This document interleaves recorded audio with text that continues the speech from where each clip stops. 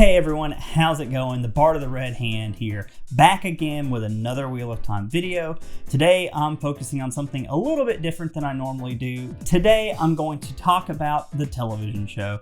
To help me do this, I have written a series of 9 questions that I am calling the Season 1 tag.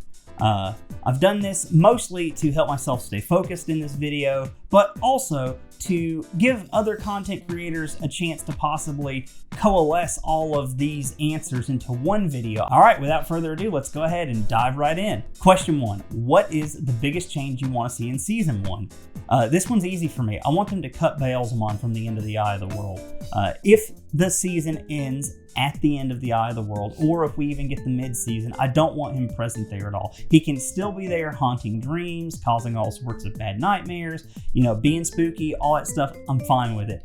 Just don't make him the big bad at the end of the Eye of the World. And for that matter, let's just not have him show up if they do the Great Hunt ending either. Let's just nick him out and we'll wait until like the Dragon Reborn, and so that way he and Rand can have a really good showdown instead of kind of the repetitive like I'm the big bad, come kill me 3 times deal we get in the first 3 books. Question number 2, what is the most important thing that the show should not change? We're only pulling from the early books here and New Spring, since we know that we're probably going to get some flashbacks in that era. The biggest one here for me is that they've got to nail the relationship of the Emond's Field 5. These people have to feel like friends that have grown up together in the same village, and they've got to feel really tight-knit.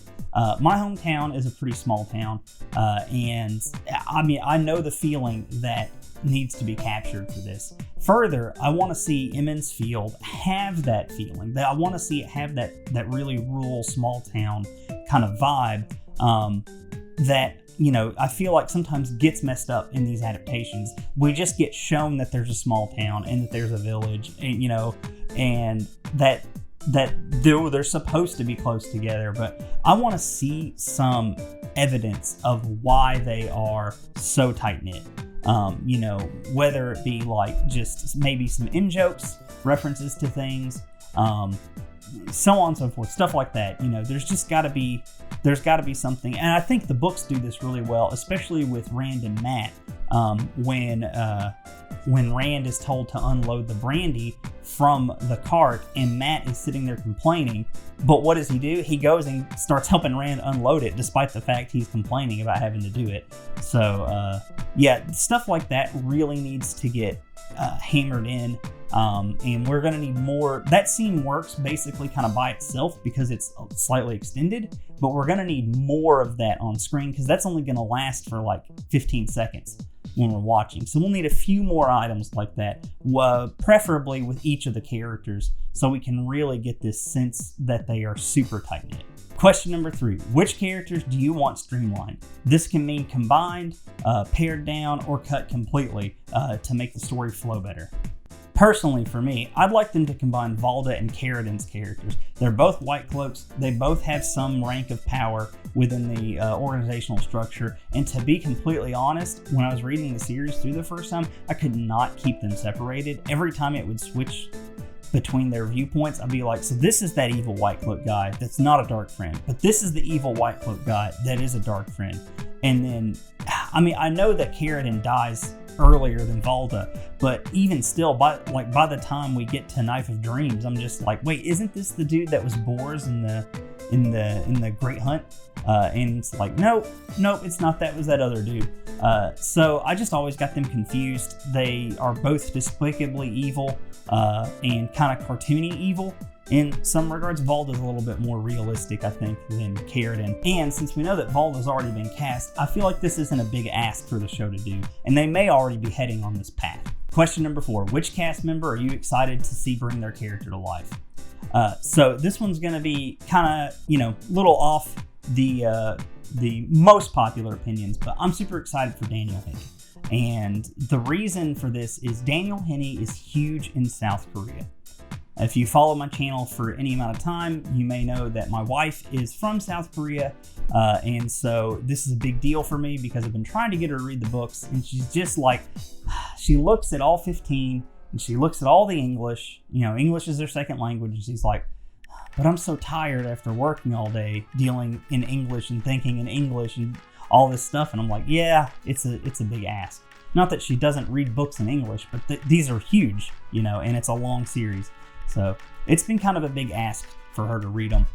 So I'm hoping that with Daniel Henney being cast and with his star power in South Korea, that the company that holds the publishing rights over there will finally get these books translated and out to market, so that I can get them for my wife and she can read them. Yeah, a little bit of self-interest there.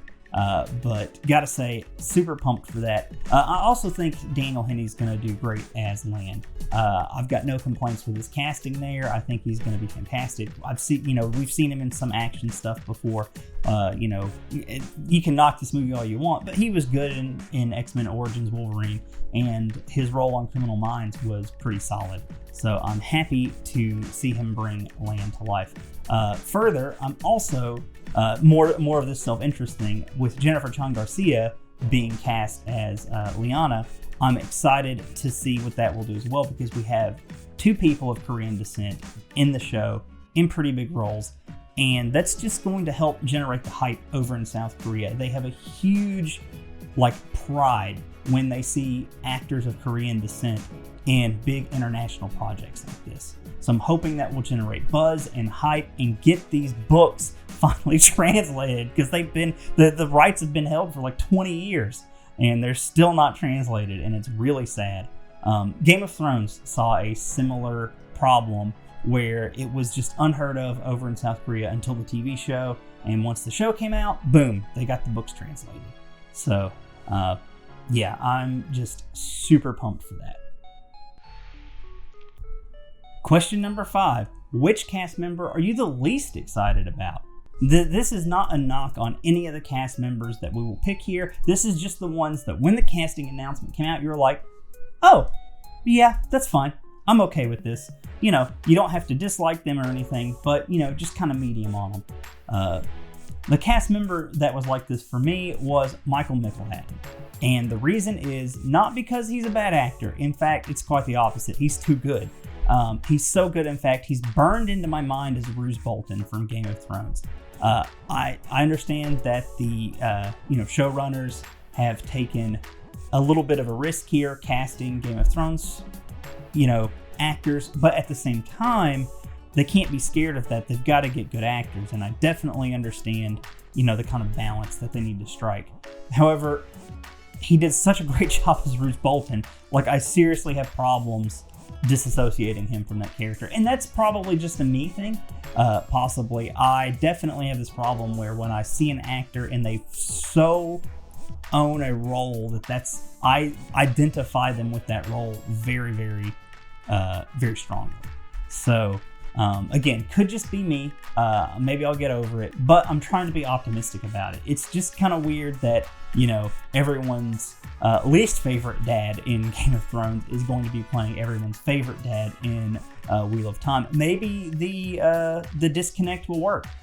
We'll have to wait and see.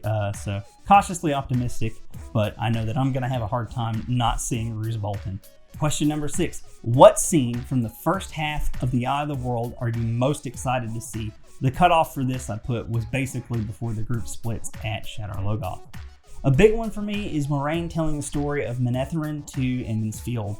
That is just one of the scenes that's always stuck with me from those early chapters of The Eye of the World. I know it's stuck with a lot of folks out there.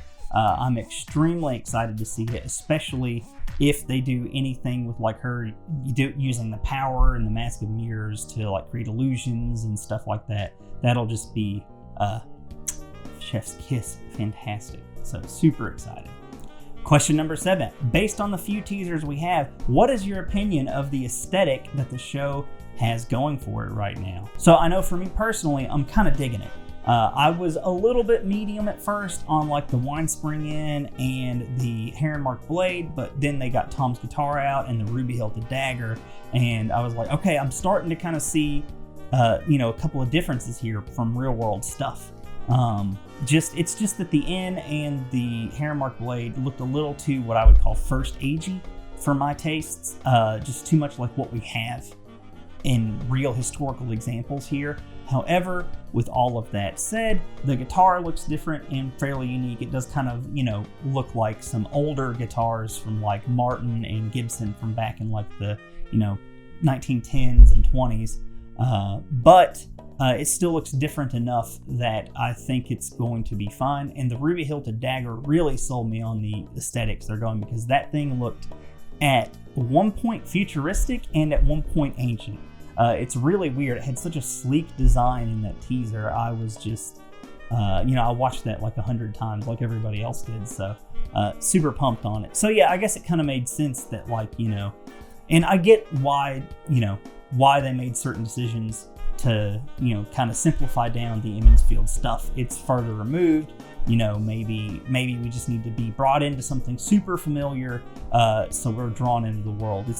I think the mentality is similar to what Jordan did in the beginning of the Eye of the World, with the whole like kind of Lord of the Rings vibe, the Fellowship of the Ring, going on there with that Shire-esque feel. Question number 8, and this one's kind of related back to question number 7. Do any of the props and settings that we've seen so far match what you imagined in your head? Definitely for me, the obvious answer is no. I didn't see very many of these things as they're presented to me from the teasers. I'm getting more and more surprised and happy with what I'm seeing. Things I didn't like so much, like the wine spring and the hairmark blade, have started to grow on me, and I'm appreciating their choices there more and more. It's kind of that like knee-jerk reaction of that's not what it looked like to me, but slowly I think I'm getting over it, and I hope everyone else can also, move past what you see in your head, so that way we can enjoy the show for what it is, which it is just another turning, and we have to just accept that. Question number 9. Give an example.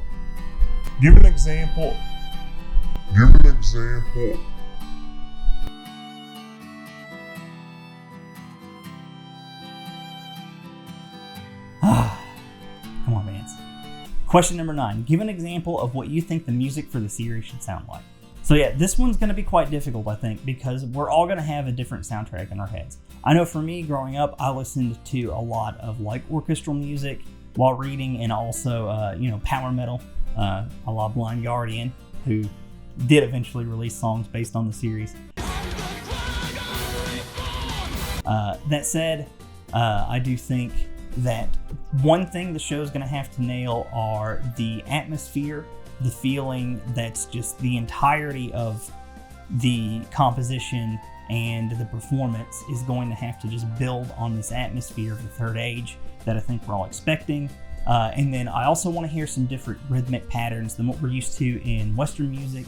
I'd like them to incorporate some more Indian-based rhythms, for example. They tend to be very like staccatoed, and they have a lot of offbeat alternations and stuff like that. It'll be really interesting if they can incorporate different rhythms from different cultures into the scores, because that would just be amazing to me.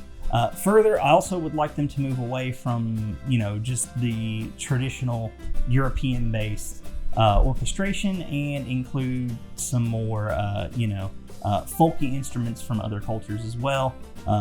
That would just increase that atmosphere that I'm looking for. I do think they're going to do this. This has been a growing trend in a lot of compositions for film, movies, and TV over the past 20 years. And I mean, one show that I watched that did this to a great extent was Avatar: The Last Airbender. The compositional team for that show incorporated a lot of traditional East Asian and Southeast Asian instrumentation into the score. So yeah, this is one thing I have confidence that they're going to be able to pull off.